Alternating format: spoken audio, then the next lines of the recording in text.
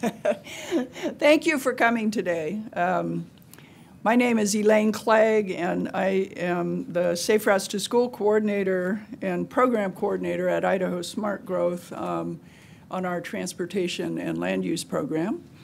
And I'm going to talk today about the work that we're doing around the state on Safe Routes to School, and hopefully spur some of you to help me understand how we can do even more and do better. So Idaho Smart Growth was really lucky to receive a non-infrastructure grant from ITD last year and next, and we've just been extended for 3 more years. So, you know, the nice thing about this at this point is I know that I can actually do this program for the next 4 years, and hopefully because of that stability we can build something really great in Idaho. So the other part of Safe Routes to School obviously is the infrastructure part of it, and much of that gets funded around the state with Tapp grants if it's funded with federal money. And we'll talk about some other funding as we get later on. But in the Tapp program, the Idaho Transportation Department, at least at this point, has decided that 10% of all that money is going to go off the top to non-infrastructure. And so in addition to the work that Idaho Smart Growth is doing, we've got 6 funded programs around the state that have Safe Routes to School coordinators in their community. Again, we'll talk about that in a minute. So a little bit of background about Safe Routes to School. It was funded for the first time in 2005. In fact, Idaho Senator Mike Crapo was one of the co-sponsors of the original amendment that got added to the larger federal transportation bill that created the program. So there's always been a lot of interest in Idaho. Prior to the federal program, there were 2 state legislators who had shown an interest. As a result of that, ITD had already created an advisory committee, and that advisory committee was then ready to go when this federal funding became available. And they'd already done a little bit of research on you know, what was Safe Routes and how do you do it.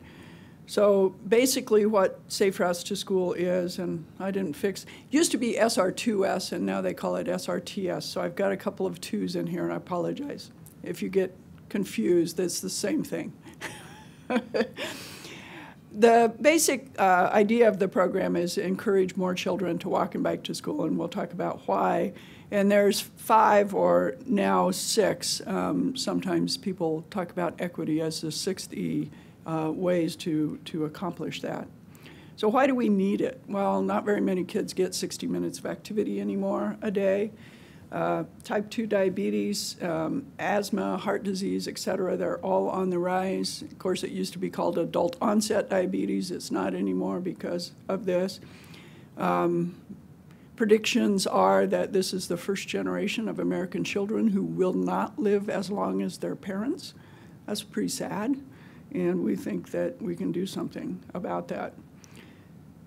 This is correlation, not causation, but as walking and biking rates to school really plummeted, children who are overweight or obese has been continuing to rise. There are a number of factors in that. So nutrition is certainly a part of it.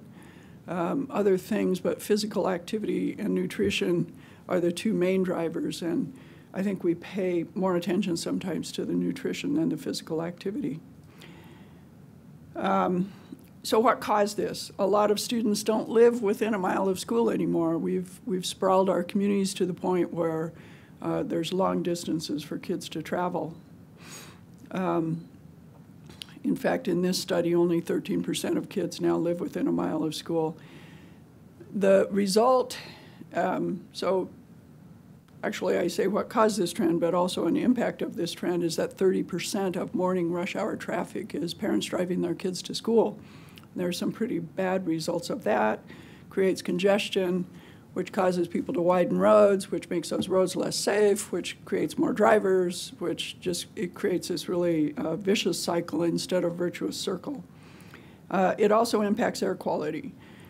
I always like to show this one because for folks who don't know it, even though it's old, it's just a really stunning example of how air quality impacts children's health and other people's health.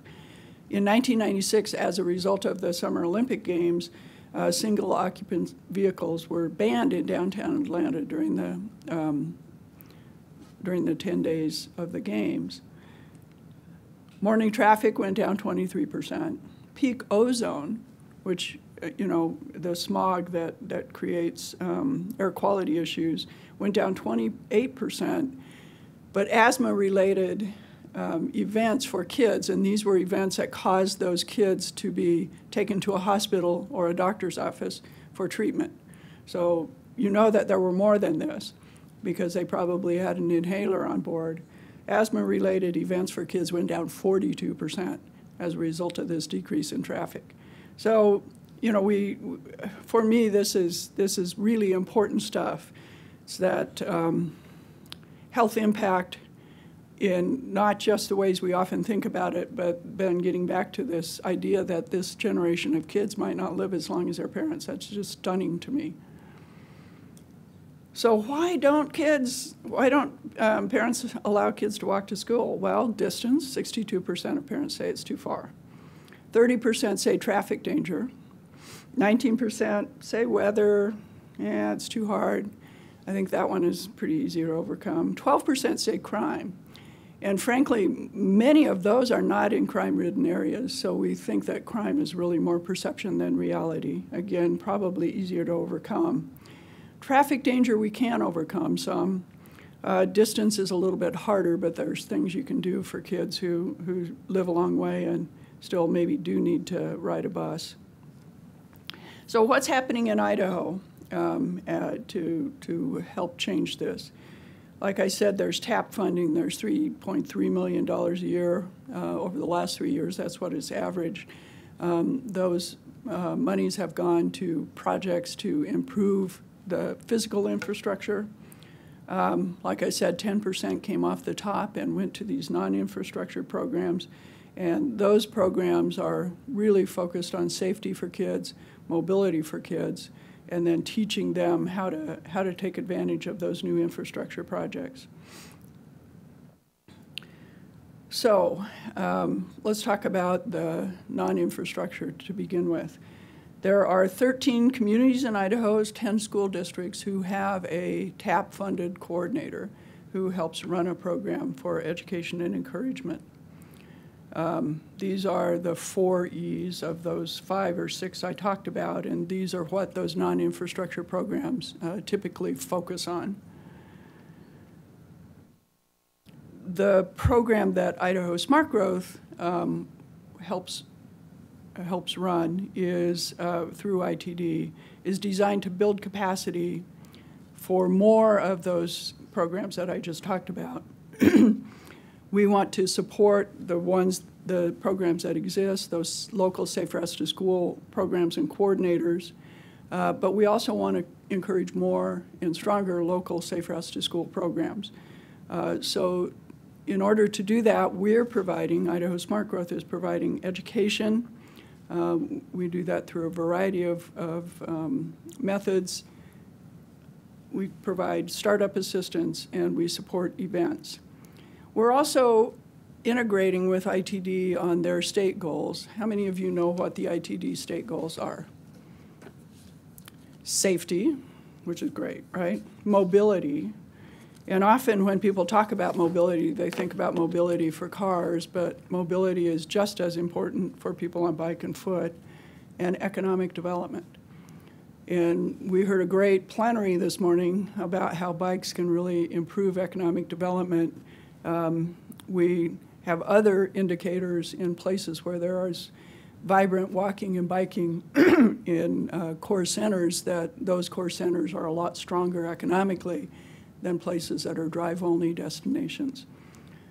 So in integrating with those ITD goals, there are Safe Routes to School coordinators in every district in Idaho.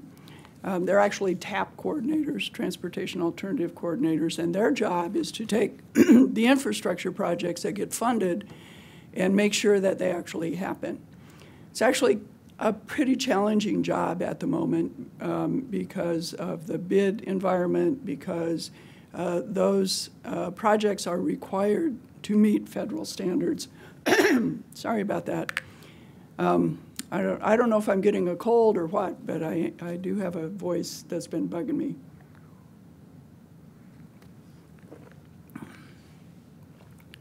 So federal requirements on small projects like sidewalks and crossings and those kinds of things are kind of hard to meet. We have a former one of these Tapp coordinators in the audience, in Don Davis, and I think he could tell us all kinds of stories about how tough it is to take a sidewalk project and make sure that it doesn't need a NEPA, meets NEPA requirements by getting either a categorical exclusion or having an environmental assessment done. I can remember a project in the small town of Kuskia where there was a hill adjacent to where the sidewalk was that they wanted to build that was slide prone, and so it didn't pass the NEPA test, and they either had to build a pretty expensive retaining wall or not build the sidewalk. And so those kinds of requirements can make it really difficult, and especially in small towns that aren't used to dealing with those.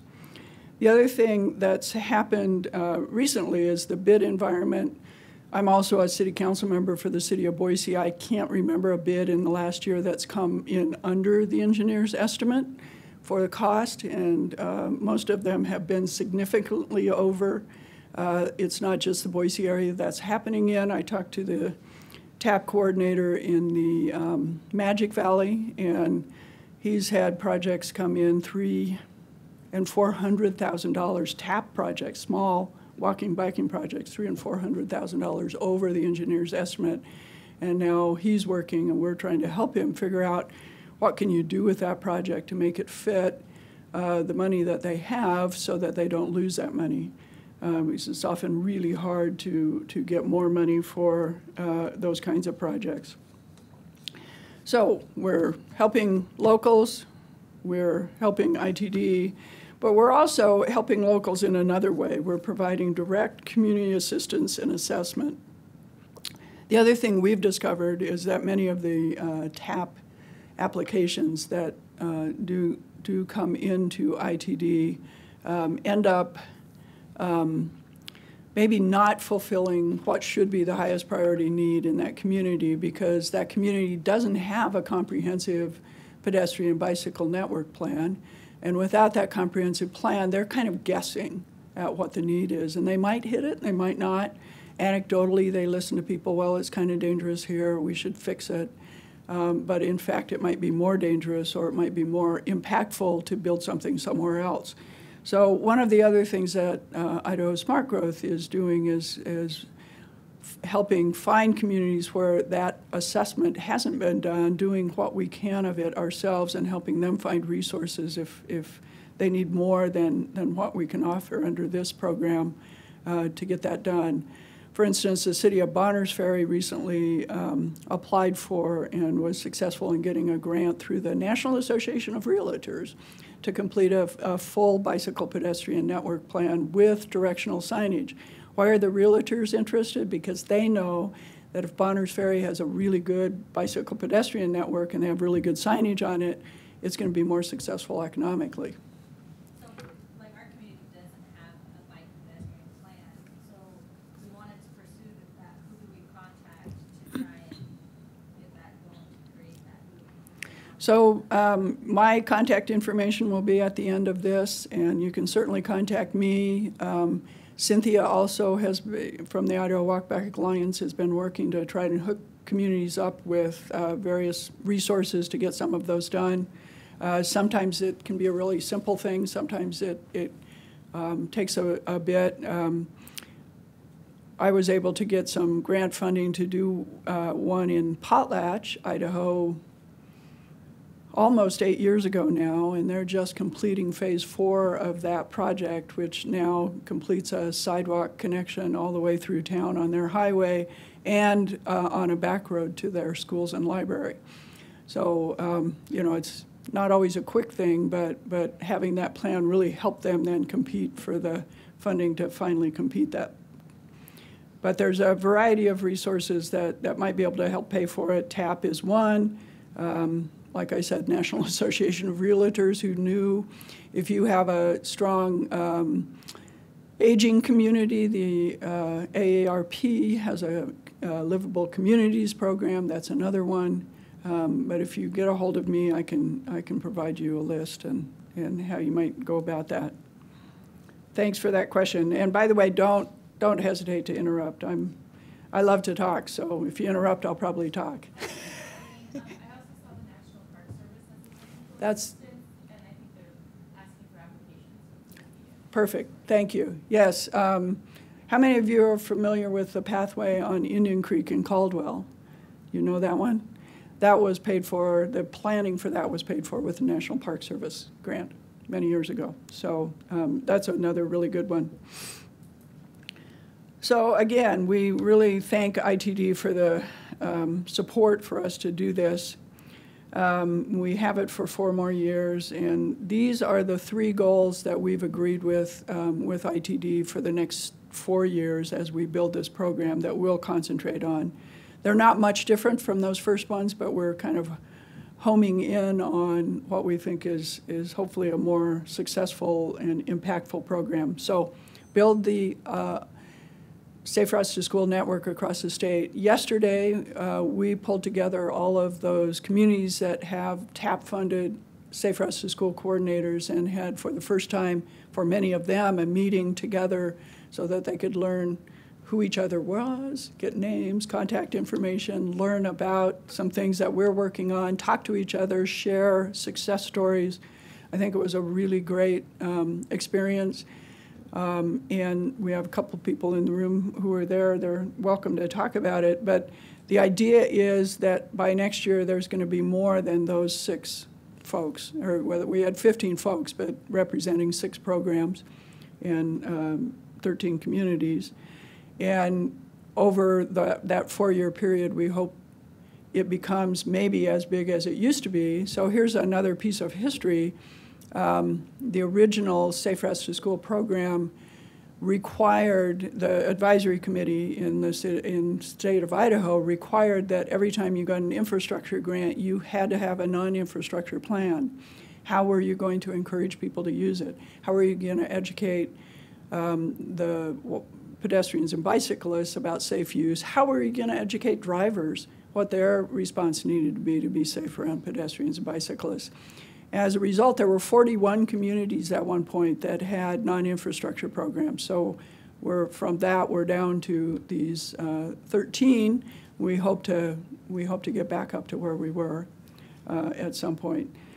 Support ITD staff and other Safe Routes to School partners. So in addition to the ITD coordinators that I talked about, and I know we have at least one health person in the audience here, the health sector is very interested in this for reasons I talked about early on. This is a big health issue.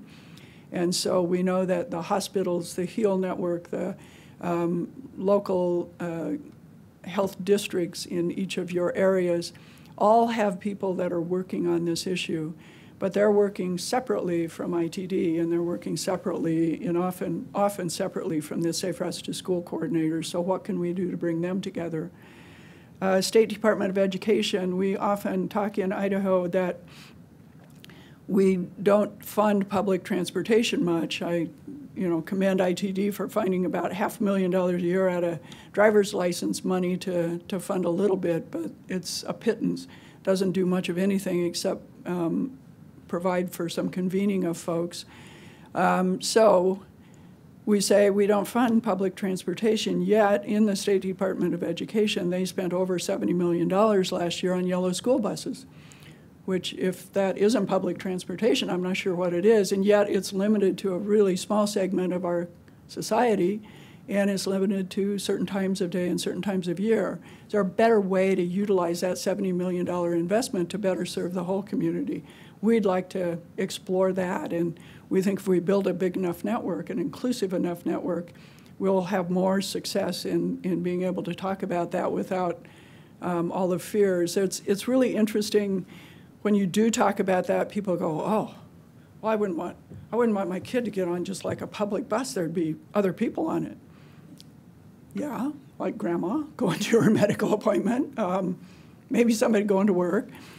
But there's this terrible fear, and yet at the same time, I have parents who say, well, I can't let my kid ride the bus because the other kids bully him. Okay then, what would happen if there was an adult on that bus? Would the bullying stop? Would it change it somewhat? You know, so we have these odd perceptions around riding buses and what's appropriate and what's not, and so I think hopefully there's a way to overcome that.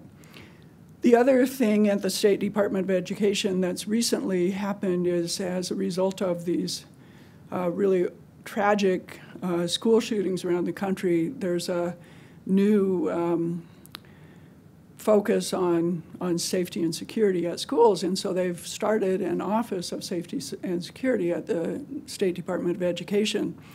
It just so happens that they hired 2 people who worked on Safe Routes to School programs in their local districts in a previous life. And both of those people are very interested in understanding how their office can help promote safety and security in walking and biking, as well as on the school site for those tragic circumstances.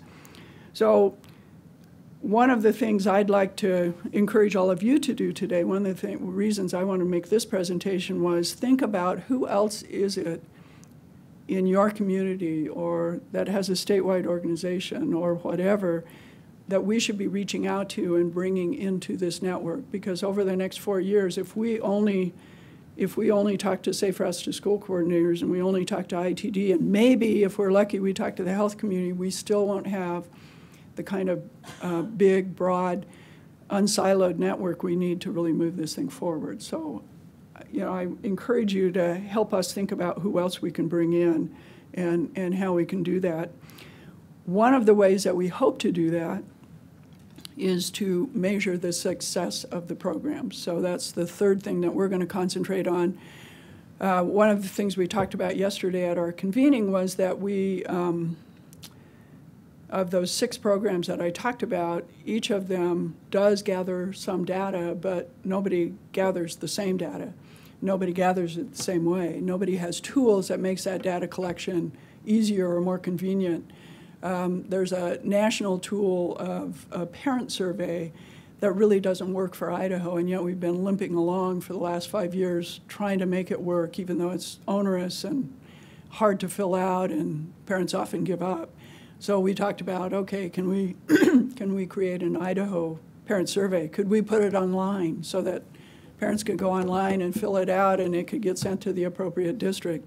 Can we create a map online that we can use statewide, but that only really allows access at the local level to your local network to try and understand what the routes are that kids are walking and biking today, where are the hot spots that they don't feel safe. So if we can do that, if we can figure out what those measures are and then measure what's happening on the ground, we can make a better case for integrating and improving the system. So those are the 3 things we're going to concentrate on in the next 4 years, and we expect it to be a cumulative thing, that next year will be a little bit better and the next year will be better yet, and hopefully, you know, continue that. So today, I should have put this up front a little bit sooner, but sorry about that. We've had folks in our office who were unavailable, who thought they were going to be able to help and weren't, and so this may not be as organized a presentation as I usually have. If it's not, I'm sorry, but I think everything's in here. It just may be out of order.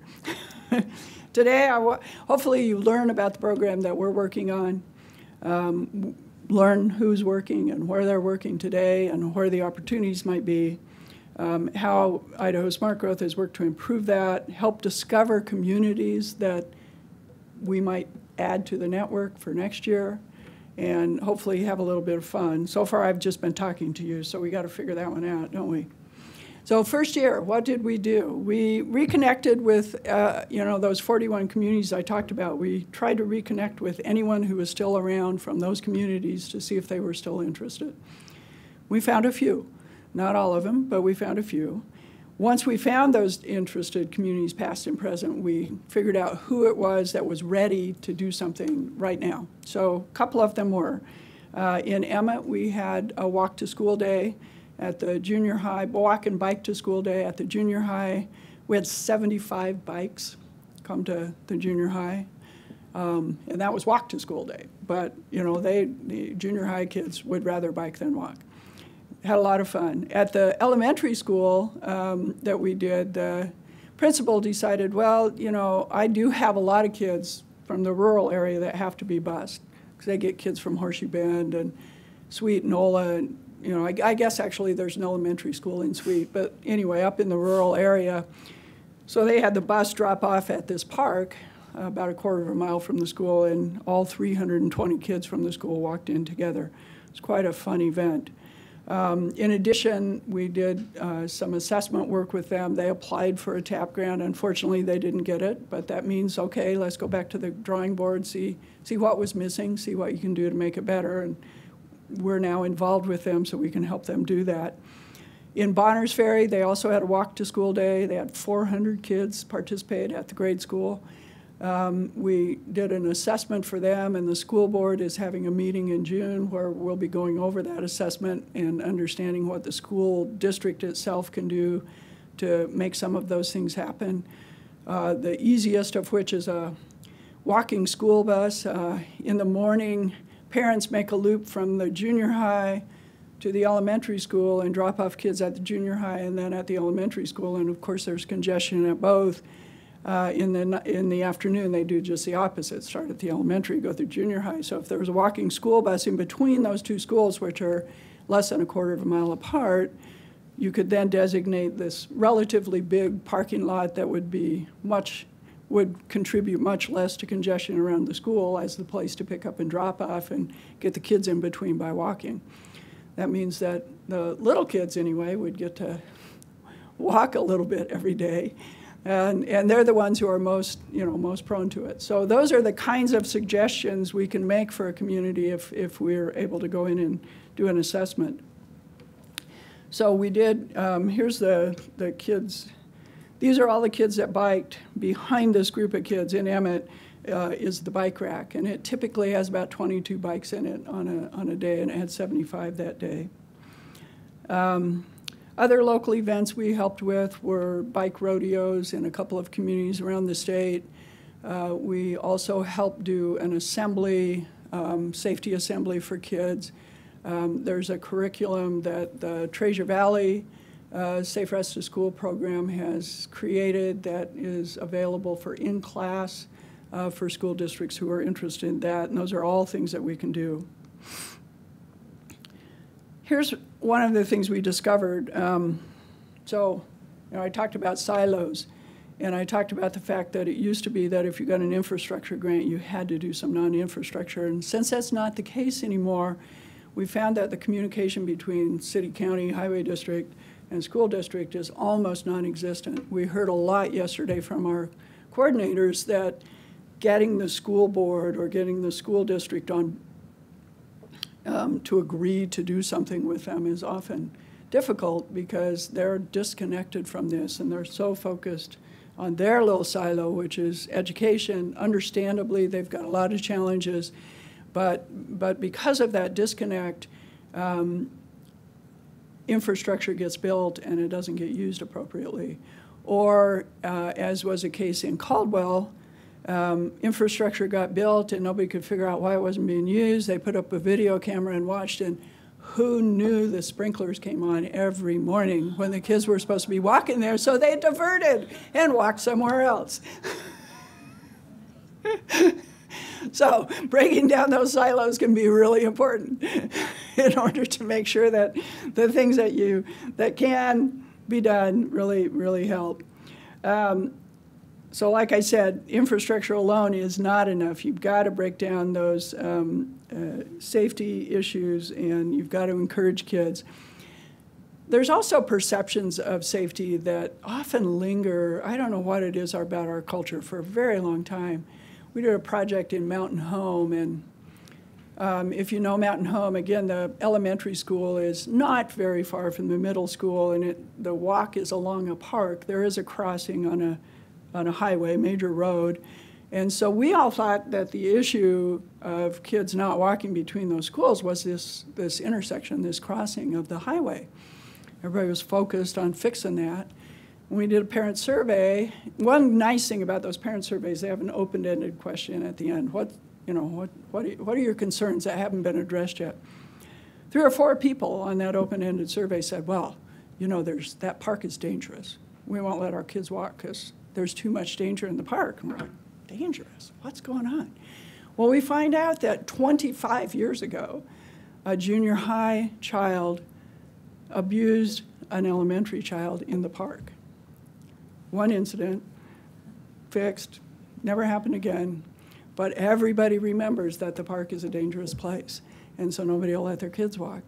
So we started having activities in the park after school, and fun things, lots of supervision. And over time, it's begun to break down that perception. But it's amazing how strong those perceptions are and how long they linger. So those are the kinds of things that, somebody applies for an infrastructure project, there's no way in the world that's ever going to be found out about. So having these folks on the ground, boots on the ground, who are really in the community and talking to people are the only way to break down those things. And, we might have invested $1 million in the intersection to improve it. Wouldn't have made any difference. Nobody was going to let their kids walk anyway. So you got to really pay attention to that stuff. The programs that do exist are stretched really thin. There's not more money, so how are we going to fix that? One thing is we think we can hopefully find some efficiencies, maybe with purchasing incentives, maybe with these websites I talked about. Things that we might be able to do, maybe Idaho Smart Growth coming in and doing, or at least assisting with some of the events or some of the education. One other thing we talked about, and thankfully somebody from ITD was there to talk about it, is that originally when Safe Routes to School was started, the federal directive was that at least 10% and up to 30% of the money should be spent on non-infrastructure. That program was changed in 2013 under MAP 21 and then changed again under the FAST Act. And the new rules were that you had to include Safe Routes to School as an eligibility, but there was no minimum or maximum.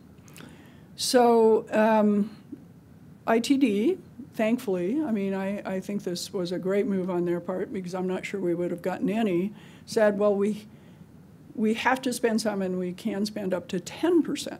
So instead of 10% to 30%, the maximum became 10% on non-infrastructure programs. Well, we're really close to maxing out that 10%.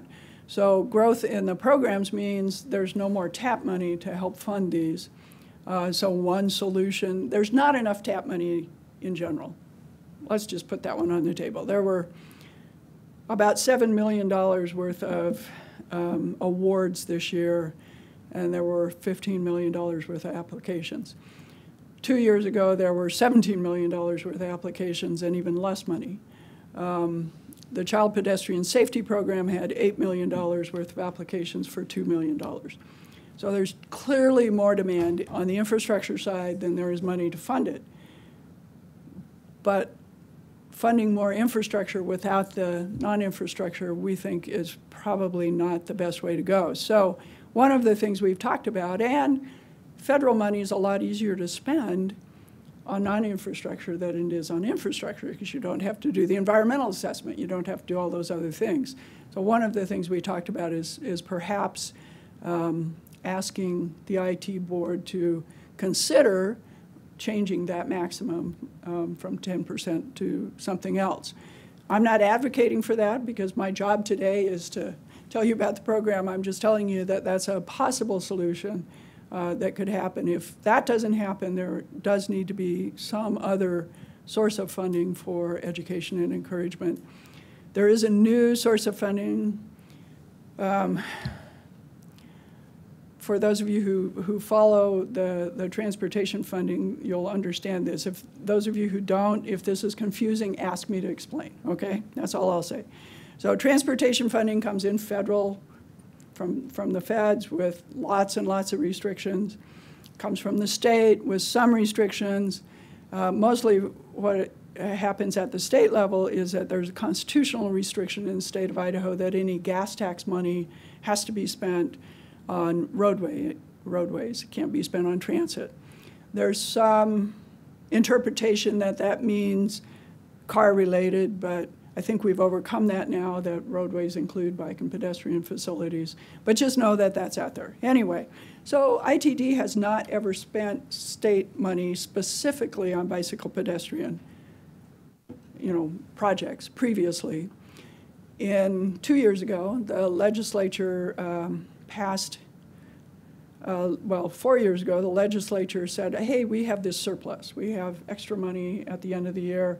We're going to share that with ITD because we have a lot of transportation-related needs that aren't being met. So they said half of the surplus is going to go to ITD for the next 2 years. It was called the Surplus Eliminator Bill. And ITD was directed to spend it on preservation on roadway projects. Well, the local folks said, shouldn't we get some of that too? We have lots of needs as well. And so there was this big move when that program was reauthorized to add locals to it, and they were. So now of the 50%, 60% goes to ITD, 40% goes to locals. And then to complicate things further, we think in a really good way, a lot of people have been advocating for some specific money for bicycle pedestrian improvements and or safe routes to school improvements. And one of the representatives passed an amendment that said, we have to have a child pedestrian safety program. It has to be funded at $2 million a year. So they decided to take that $2 million out of the surplus eliminator. And because it was split, 40-60, ITD controls part of it, and they decided to let the local Highway Technical Assistance Council control the other part. But LTAC, local highways, did the application process for all of it.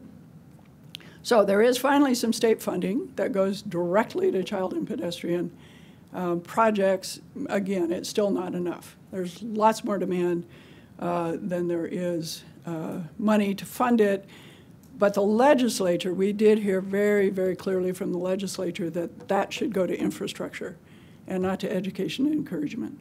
So again, it seems like the most logical place to find more education and encouragement money would be through the federal funds, potentially.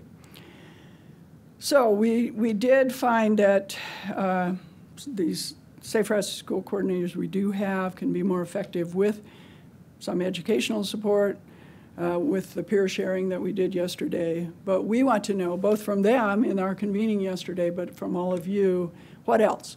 What else can Idaho Smart Growth provide that would help? If you have interest in your community, help bring that along. If you don't have interest in your community, at least come and investigate and see if somebody might become interested. Like I said, the infrastructure projects really need that planning. It helps a lot. Data collection, showing need, helps create the recognition that the demand is not being met. So even though there's all these applications, more money applied for than is available, people say, yeah, but how do we know that that would be used effectively? So we still need data collection. At least some of the legislators continue to say that. So we still need data collection to help us show that need. The one thing that does always get everyone's attention is safety improvements. So to the extent you can talk about it as safety, safe routes to school should be a safety project, it does seem to get more support. So what's happening today? At a glance, like I said, there's 6 programs. 4 of those have full-time staff. 2 of those full-time staff programs have more than 1 full-time staff. So clearly not all of this is being funded with TAP. In the case of the Treasure Valley program, money is coming from some of the local governments, money is coming through various other funding programs, and then the YMCA is the local sponsor, and they help fund it. Two of the programs have part-time staff and then spend other parts of their money on incentives and other things. Of those 6 programs, at least self-reporting, only one has an adopted Safe Routes to School plan. So one of the things we'd like to think about, since Idaho Smart Growth is, at least our foundation is in planning, we'd like to understand, would it help those programs be more successful if they had a plan and that they were following it. It's not that they're not planning. They do plenty of planning, but they don't necessarily have an overarching strategic plan that they're following. Go ahead.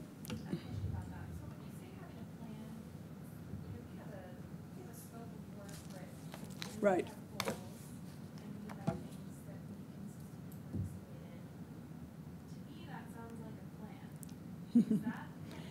Well, so yeah, and that's, I think, part of the issue. It is. I mean, it's saying what you're going to work on, but you know, those of us in planning know that typically a strategic plan or a comprehensive plan looks at cause and effect, need and cost benefit, and those kinds of things. And I think the scope of work probably doesn't do that. It might, but probably not.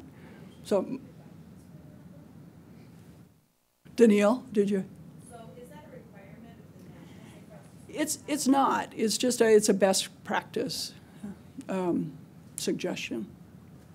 So understanding what you're saying, it's best to have these plans incorporated into the comprehensive plan, and if you have like a community improvement plan, this is where those should be typed into. Or into a school plan, or just it can't even just be standalone. It's stronger if it's incorporated somewhere else. One of the things we've found over the years is that school districts, even school districts with strong Safe Routes to School programs, for instance, don't reference Safe Routes to School in their wellness policy, don't reference Safe Routes to School in their academic policy, even though there's lots of evidence that kids who get activity before school perform better academically, don't reference it in their transportation policy. Some do, but very few.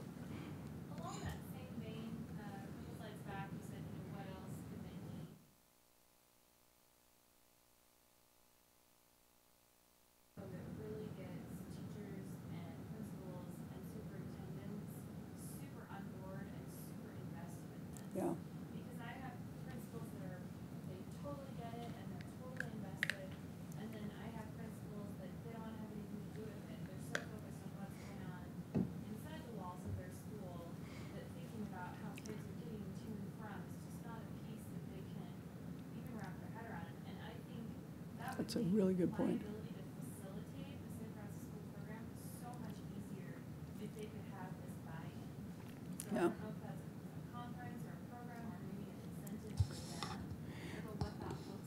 Well, so one of the things we've done to help build the network is gotten on the schedule for both the State School Boards Association and the School Administrators Association conferences to begin discussing. The other thing I think is that the State Department of Education could be really helpful with this. But I totally agree that getting school districts on board is important. Don, you had something.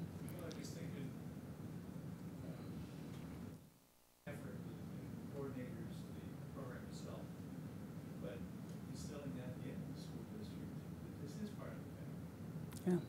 Every district has transportation. Yeah.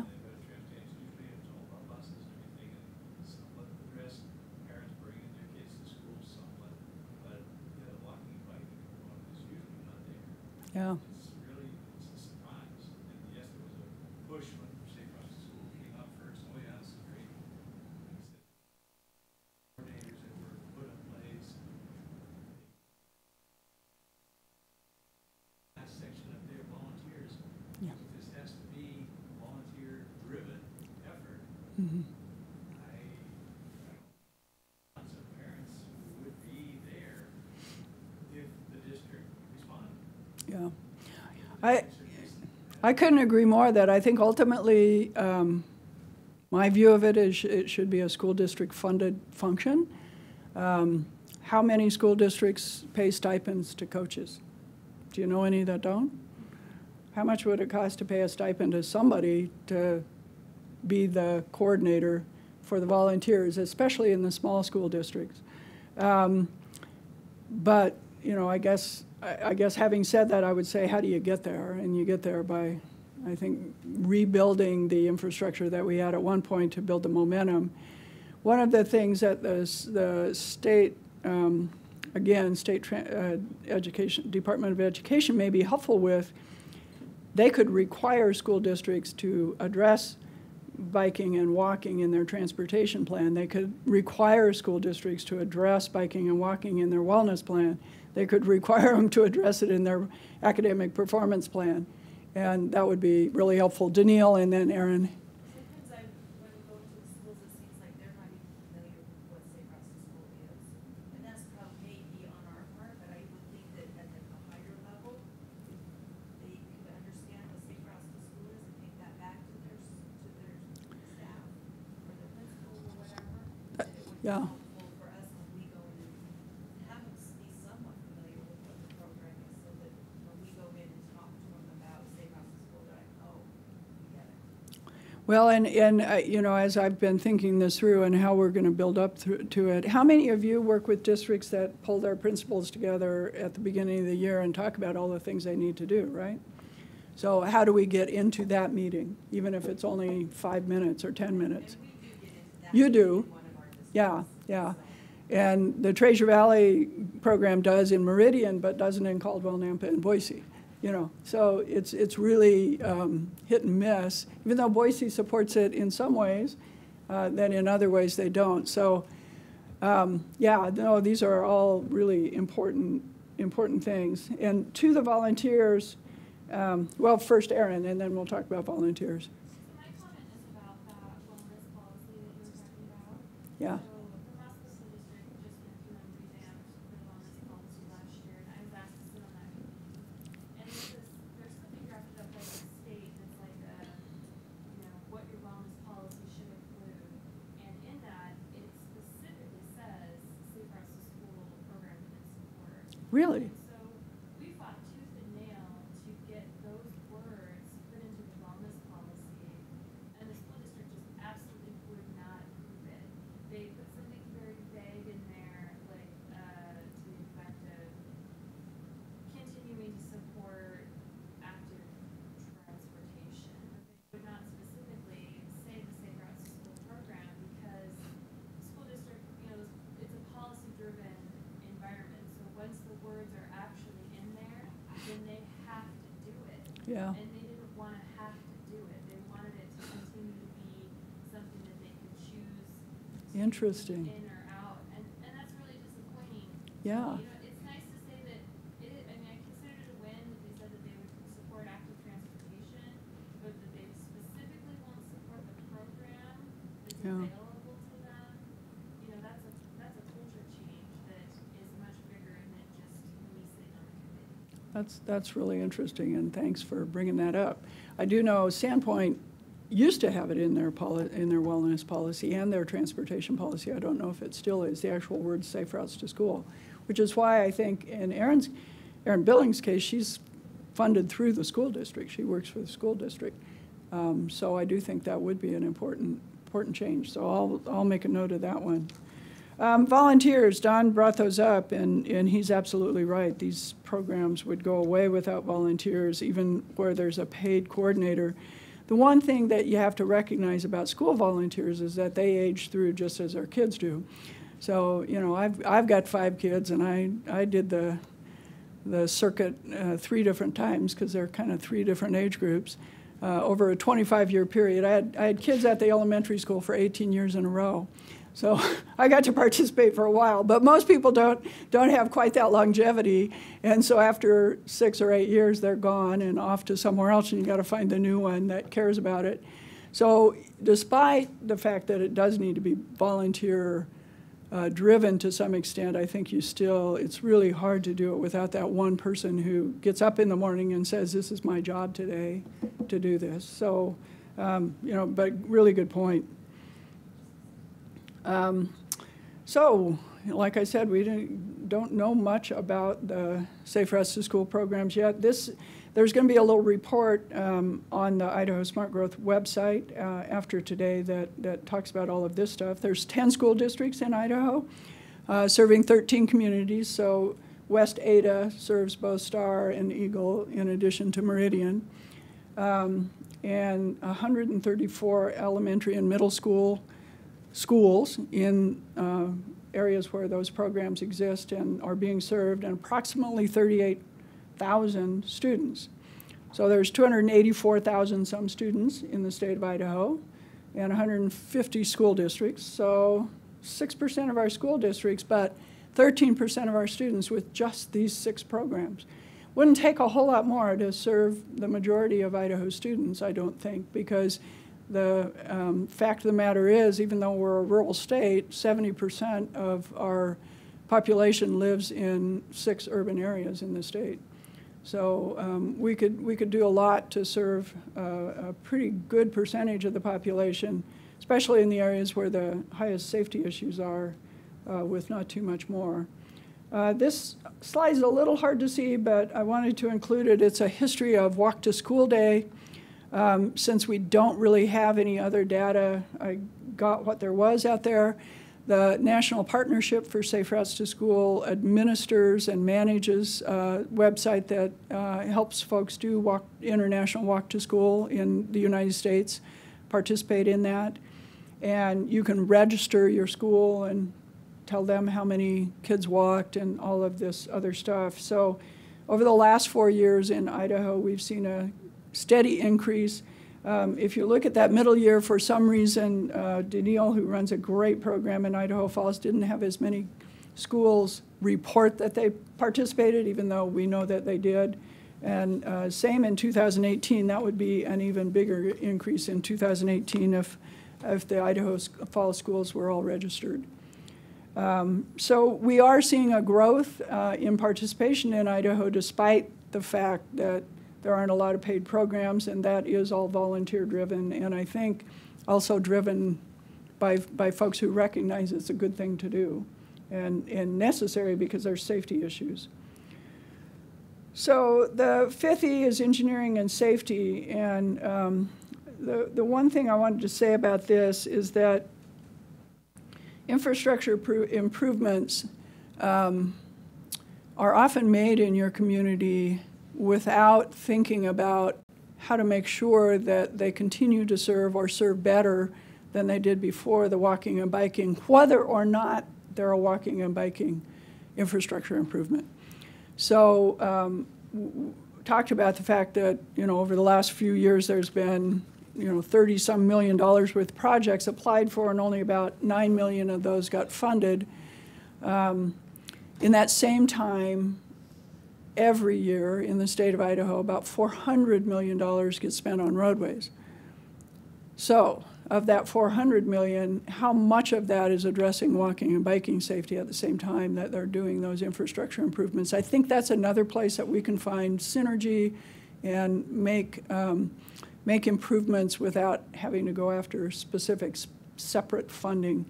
But to do that, we have to change the mindset of the engineering community, especially those who work on these roadway projects. So that's another barrier to overcome, but as evidenced by folks like Don and others in the room, there are those who understand that that's really something we need to start doing.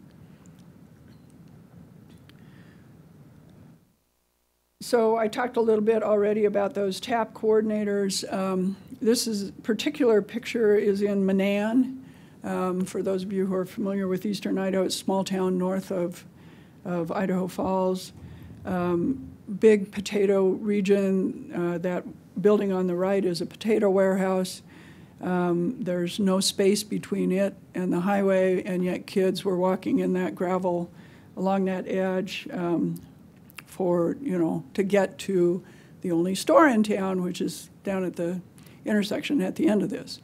So, yeah, and it's a busy highway that has lots of truck traffic because of especially during potato harvest, but all year because it really is an industrial use highway. So instead of, because they were crossing the roadway anyway to walk along that warehouse, instead of trying to make that happen, the community was able to get a grant and fund a pathway along the railroad behind the warehouse that got to the same place and was a lot safer. The ITD Tapp, at that time, Safe Routes to School coordinator in that district, was really helpful with that project. Don't think it would have happened without them. So don't fail to get to know who your coordinator is and involve them. We involved Dave early and often in this project, and it was his advocacy through his district that really helped the district understand how important it was. So it was a really small expenditure on their part. It was making sure that that crossing was a little bit safer, getting the kids across the railroad track so they can get to the pathway, and then the community funded the pathway. But it made all the difference in making sure that the kids could get there. Now, because of the railroad, the school district's still required by federal law to have a safety bus because kids aren't supposed to walk across the railroad. But now that it's all been made so much safer, the walking and biking rates went up considerably from that neighborhood that's served right across that railroad. Even though there's still a safety bus, it's now almost empty.